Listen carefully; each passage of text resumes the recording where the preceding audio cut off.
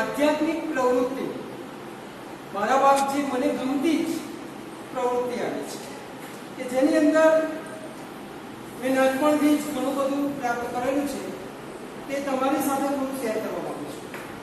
तो आ आध्यात्मिक प्रवृत्ति कोई पण विद्यार्थी कंटाळो अनुभवशो नहीं, सेशनमां खूब मजा आवशे।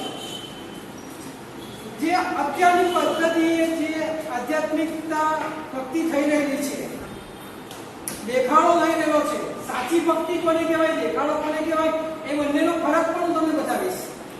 એ એટલા માટે આધ્યાત્મિક પ્રવૃત્તિની અંદર ઘણી બધી પ્રવૃત્તિઓ છે। ભક્તિ કરવી હોય તો કાયિક, વાચિક અને માનસિક ત્રણ રીતે એના ત્રણ પ્રકાર છે, તો ભક્તિ કરી શકાય છે। એક તો કાયિક, કાયિક એટલે કાયા દ્વારા, काया द्वारा આપણે જે ભક્તિ કરીએ છીએ, પૂજા પાઠ કરીએ છીએ, હોમ હવન કરીએ છીએ, કોઈને આપણે મદદ પણ કરીએ છીએ, તો એ પણ એક ભક્તિ થઈ છે। અને વાચિક વાણી દ્વારા પણ સારી એવી ભક્તિ આપણે કરી શકીએ છીએ। કોઈ સ્તોત્ર બોલીને, કથા બોલીને, ગ્રંથનું પઠન કરીને છે। તો માનસિક રીતે ભગવદ ગીતામાં તો કૃષ્ણએ કીધું છે એક અધ્યાયની અંદર કે મને મનથી પણ જે સ્મરણ કરશે એનું પણ કલ્યાણ થશે।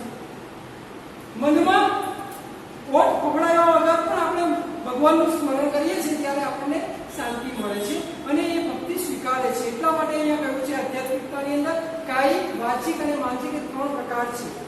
અને ઘણા લોકો તમે જોવા હશો ભક્તિ કરે છે ત્યારે ઉપવાસ કરીને પણ કરે છે।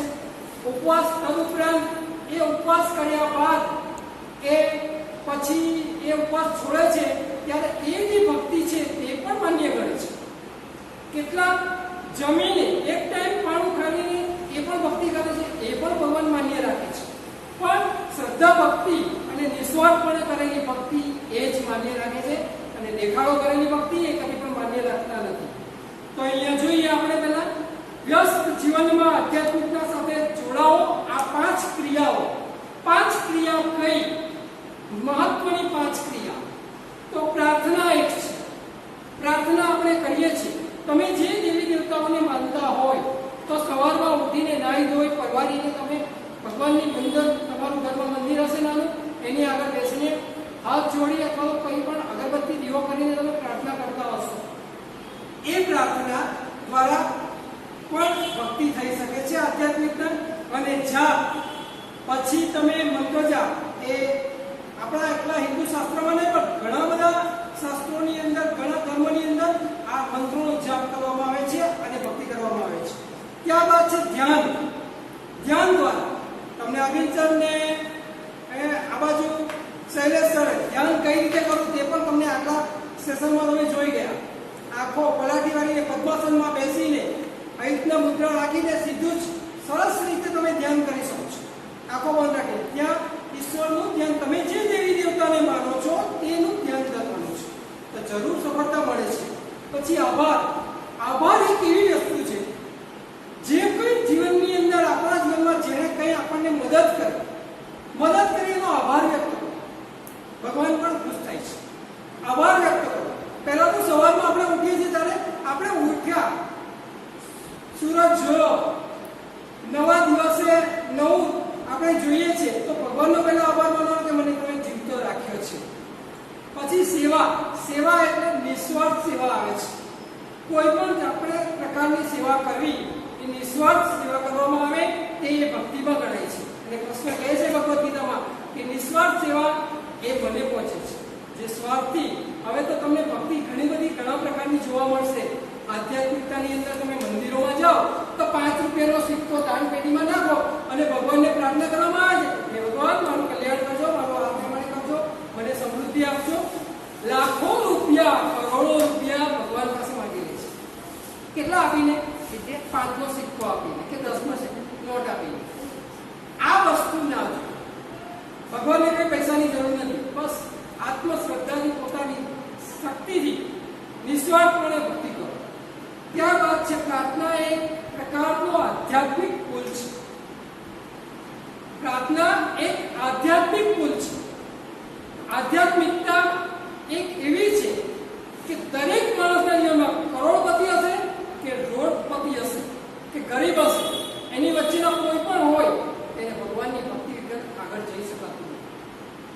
એવું કહેવાય છે કે ઝાડનું પાંદડું ઈશ્વરની શક્તિ વગર એ હાલતું પણ નથી. આપણે હલાવવા જઈએ તો પણ હાલતું નથી.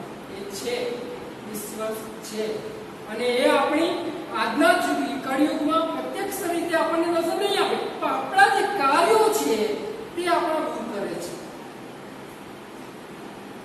ત્યાર પછી છે ધ્યાન. ધ્યાનની અંદર શરીર માટે આધ્યાત્મિક દવાની જેમ કામ કરે છે. ત્યારે ધ્યાન ઘણા કરે છે, પણ ફોનની રિંગ વાગે એટલે તરત પડી છે. એ ધ્યાન નહીં છે. આપણે ધ્યાન એટલે સતત શાંત ચિત્તે એકાંતમાં કુદરતી પ્રકૃતિની અંદર પણ તમે ધ્યાન જઈને ધરી શકો છો. પછી છે પ્રકૃતિની નજીક રહીને લગાવવાથી શારીરિક અને માનસિક રીતે આપણે સ્વસ્થ બનીએ છીએ. ધ્યાન લગાવવાથી જ્યાં ધ્વનિ ઉર્જાથી આપણને સીધા બ્રહ્માંડની અનંત શક્તિનો અહેસાસ કરાવે છે. કોઈ પણ એક મંત્રનો જાપ ઓછામાં ઓછી 5 મિનિટ પણ તમે કરો. ભગવાન એમ નથી કીધું કે તમે આખો દિવસ મારી ભક્તિ કરો. આપણું વ્યસ્ત જીવન છે, સાંસારિક જીવન છે, એની અંદર આપણે એક 5 મિનિટ સવારે અને 5 મિનિટ સાંજે પણ કરીશું તો પણ એ ધન્ય છે. અને આભારની વાત પણ કરી મેં. કોઈ પણ વ્યક્તિ આપણને કંઈ પણ મદદ કરે તો એનો આભાર આપણે વ્યક્ત કરવો, તો એનાથી આપણી અંદર સકારાત્મક ઉર્જા પેદા થાય છે. નિસ્વાર્થ સેવા. કોઈ પણ જીવનમાં આપણે સ્વાર્થથી કામ કરવું નહીં કે હું આનું કામ કરીશ તો એ મને મદદ કરશે, એ રીતે નહીં, પણ નિસ્વાર્થપણે સેવા બજાવવી. હવે આત્મવિશ્વાસ, પોતિકાપણું, આ 5 ક્રિયા દ્વારા આપણે ઘણું બધું પ્રાપ્ત કરી શકીએ છીએ. આંતરિક સંતુષ્ટિ અને સંતોષ પણ આપણને પ્રાપ્ત થાય છે. પોતાની ઈચ્છા અનુસાર એક ક્રિયાને પસંદ કરો. આ 5માંથી કોઈ એક ક્રિયાને પસંદ કરો પોતાની ઈચ્છા અનુસાર, અને પ્રાર્થના જાપ ધ્યાનથી શરૂઆત 5 મિનિટની કરો અને તમને જો ફાયદો થાય તો એની અંદર સમયમાં વધારો કરી શકો છો. આભાર શીખવા માટે દરેક વ્યક્તિનો આભાર માનો કે જેના કર્મોથી તમારા ચહેરા પર આનંદ પણ આવ્યો હોય તો પણ તેનો આભાર તમે વ્યક્ત કરી શકો છો. જો શક્ય હોય તો નજીક જઈને અભ્યાસ કરો.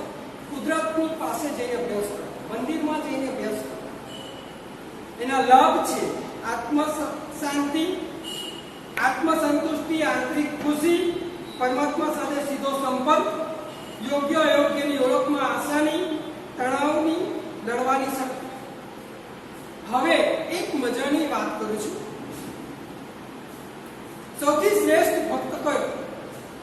નારદ પુરાણની અંદર સૌથી શ્રેષ્ઠ ભક્ત જે વાત કરી છે, વિષ્ણુ ભગવાન કહે છે કે મારો ભક્ત એક પૃથ્વી ઉપર એક ખેડૂત છે, તે છે. તો નારદ કે હું તો તમારું નામ નારાયણ નારાયણ જપા કરું છું, તો હું શ્રેષ્ઠ ભક્ત નહીં? કે જ્ઞાન નહીં. તો કઈ રીતે મને બતાવો. તો તું એક કામ કર, હું તને એક કામ સોંપું છું. વિષ્ણુ ભગવાને કામ સોંપ્યું, પૃથ્વી પર એને મોકલો. જોયું એ ખેડૂતના ઘરે એને મોકલો ને ખેડૂતને પૂછે છે કે શું છે. એ સવારે તમારા પૂજા સ્થાનની આગળ થોડી 5 મિનિટ ઉપર રહીને તમારું નામ લે છે. પછી એ નીકળી જાય છે બળદગાડું ને હાથેડું લઈને, ખેતરમાં આખો દિવસ કામ કરે છે. સાંજે આવે છે નાઈ ધોઈ પરવારીને 5 મિનિટ ખાલી કામ કરે છે અને પોતે પોતાના કામમાં વ્યસ્ત થઈ જાય છે, સૂઈ જાય છે. તો એને તમે ભક્ત કહો છો. એ જુએ છે અને પાછો જાય છે વિષ્ણુ લોકમાં, અને વિષ્ણુ ભગવાનને કહે છે કે આ 5 મિનિટ ખાલી ભક્તિ કરે છે તમારી, તો શ્રેષ્ઠ ભક્ત કે હા. તો કહે છે કે હું તને કહે છે વિષ્ણુ ભગવાન નારદને તેલનો કટોરો આપે છે. છલો છલ તેલનો કટોરો કહે છે કે આ પૃથ્વીની પ્રદક્ષિણા કરીને આવો, 64 તીર્થની યાત્રા કરીને આવો. તો એ નારદ મુનિએ માથા પર તેલનો કટોરો લીધો ને આખી પૃથ્વીની પ્રદક્ષિણા 64 તીર્થ કરીને આવ્યા. ને પછી જઈને કીધું લો હું તો થઈ આવ્યો. નારદ મુનિ તો ખુશ થઈ ગયા. તો કે મારી ભક્તિ શ્રેષ્ઠ કહેવાય. વિષ્ણુ ભગવાન કહ્યું ના, તારી સહેજ પણ શ્રેષ્ઠ નથી. કેમ? તો કે એ તું તારું ધ્યાન હતું ફક્ત કટોરામાંથી તેલ ના ઢોળાય એમાં, તેમાં તે મારું નામ કેટલી વાર લીધું, મારું નામ કેટલી વાર લીધું? તો કે એકે વાર. પણ મારું ધ્યાન એ હતું કે તમારી તેલ ઢોળાવવું જોઈએ.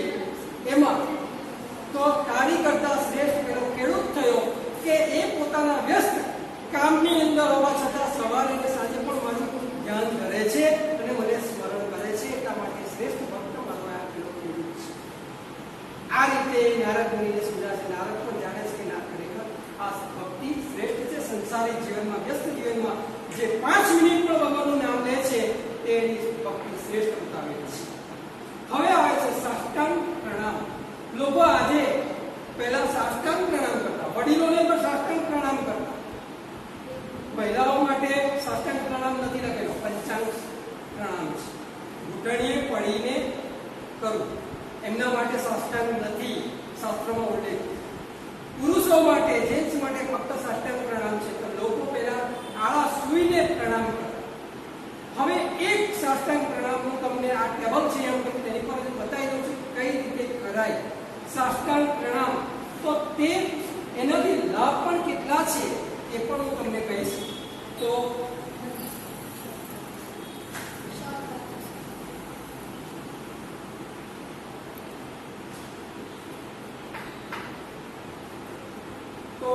આ રીતે પહેલા તો તમને દેખાતું હશે કે તમારે પણ એક પ્રવૃત્તિ કરવાની છે, સાષ્ટાંગ નમસ્કાર કરવાના છે.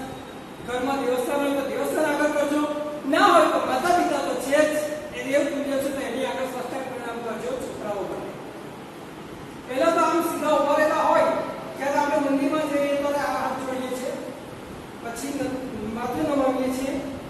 માથું નમાવીને પછી શરીર વાંકું વાળીએ છીએ હજુ, અને એ વાંકું વાળ્યા પછી એ તમને હું અહીં પરથી બતાવી દઉં છું.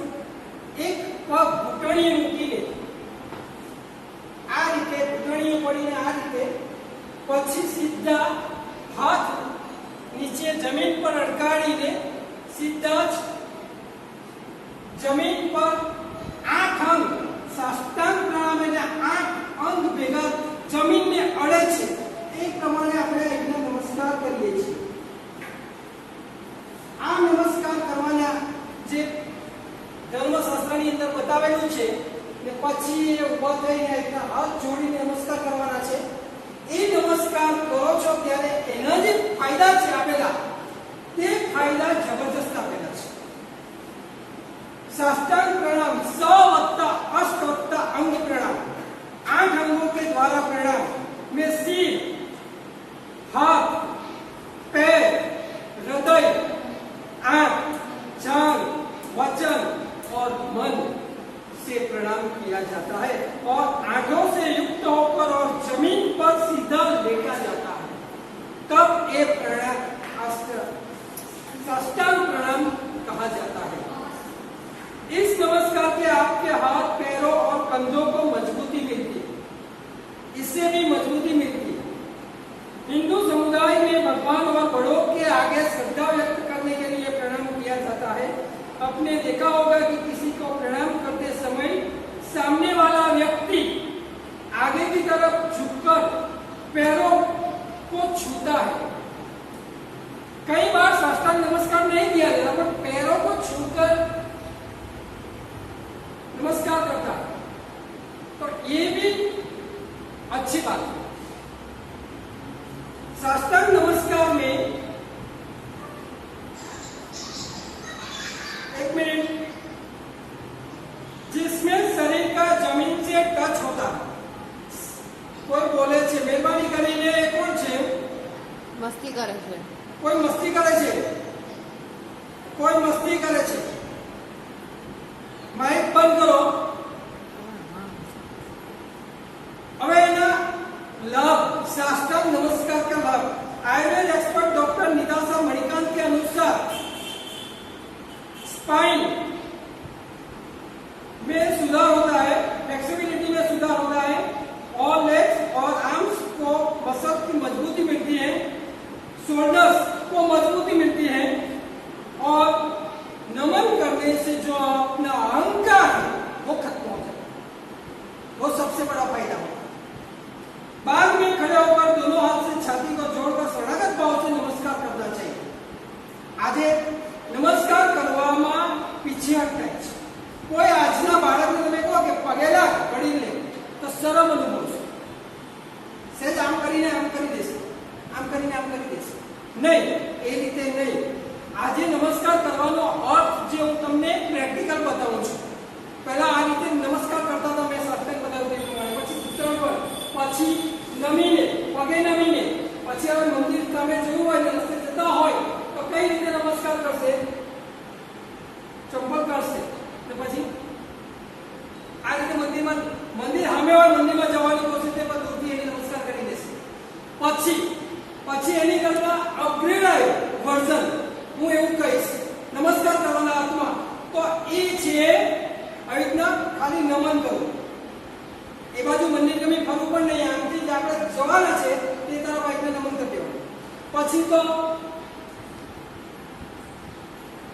ડોકી જલાવવાની, પછી ખાલી આંખ જ મીચવાની.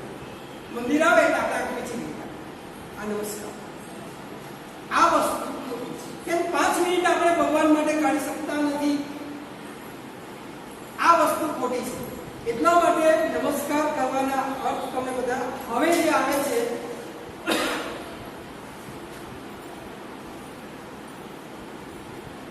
માળા, રુદ્રાક્ષ થી લઈ તુલસીની માળા સુધી જાણો જાપ કરવાના ફાયદા. જાપ કરવાના તો એ જે જાપ કરીએ છીએ આપણે કોઈ પણ ધાર્મિક પ્રતિષ્ઠાન, તહેવાર, વ્રત કે પૂજાપાઠ કરતી વખતે મંત્રોના જાપનો ઘણો પ્રભાવ જોવા મળે છે. મંત્રોના જાપ આપણે કરીએ છીએ તો એ મંત્રોના જાપ, મંત્ર જાપમાં માળાનો ઉપયોગ કરવાથી એકાગ્રતા વધે છે. પણ આજે માળા કેવી થાય છે તે તમને બતાવીશ. ઢોંગી રીતે કઈ થાય છે, સાચી રીતે કઈ હોય છે તે બંને પ્રકારનું તમને બતાવીશ.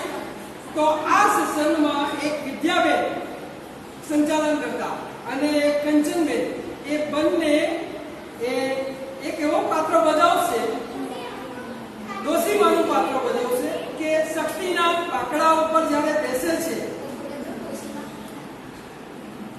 છે ત્યારે એ મને અનુભવ છે ને મેં પૂછી લીધેલું છે. માળા કરતા જઈને શું કરે છે તમે જોજો, એ તમને आपको प्रैक्टिकल रूप में आज देखने को मिलेगा.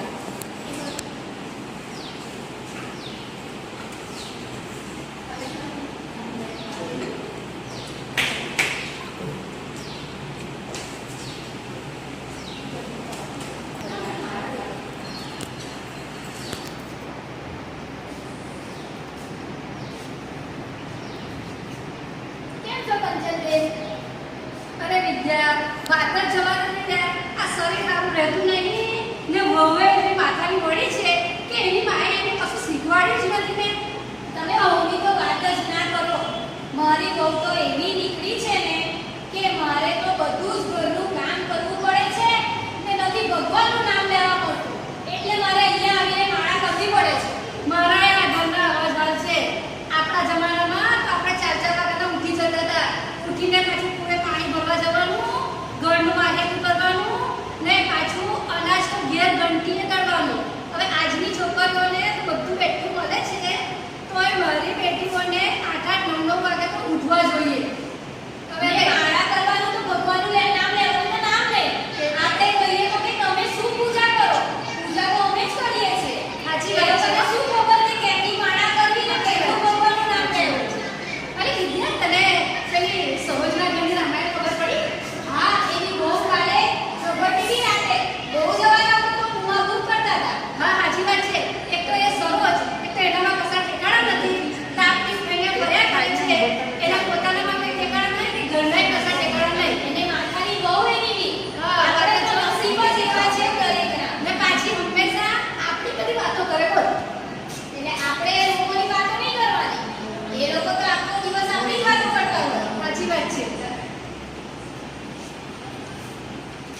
હાલો, હવે તમે જોયું કે આ બંને બહેનોએ શું કર્યું? એક બાજુ માળા ફરે છે અને બીજી બાજુ વાતો ચાલે છે. તો એ એક સાથે બે કાર્ય સક્સેસ છે ખરા? વાસ્તવમાં નહીં, આવું વાસ્તવમાં જોવા મળે છે. ઘણા તો સંતોને પણ આ ભક્તિ ચેનલ ઉપર મેં જોયા છે. અહીંતા બોલે છે, વાતો કરે છે ને માળા ફેરવે છે. તો માળા ફેરવવા માટે મંત્ર જાપ કરો, ઓમ નમઃ શિવાય, ઓમ નમઃ શિવાય, ઓમ નમઃ શિવાય. તો પછી વાત થઈ શકે ખરી? આ ભક્તિનો દેખાડો કહેવાય છે. વાસ્તવમાં સાચી માળા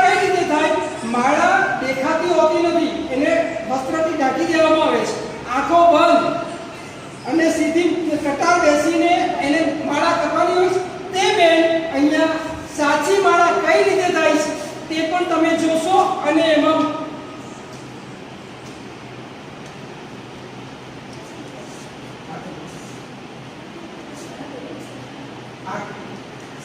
આ જુઓ બંને બહેનોની આંખો બંધ છે, માળા પદ્ધતિસર થઈ રહી છે,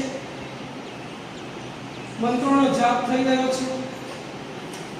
એ મંત્ર આ રીતે કોઈ પણ જગ્યાએ ધ્યાન ભટક્યા વગર આ રીતે માળા કરવામાં આવે તો એ ઈશ્વરને પ્રાપ્ત છે ને એ માન્ય રાખે છે.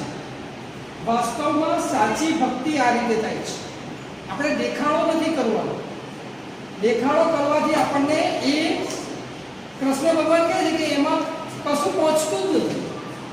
વાસ્તવમાં સાચી રીતે સહેજ પણ માળા કરતી વખતે એક પણ ધ્યાન આપણું ભટકવું જોઈએ નહીં.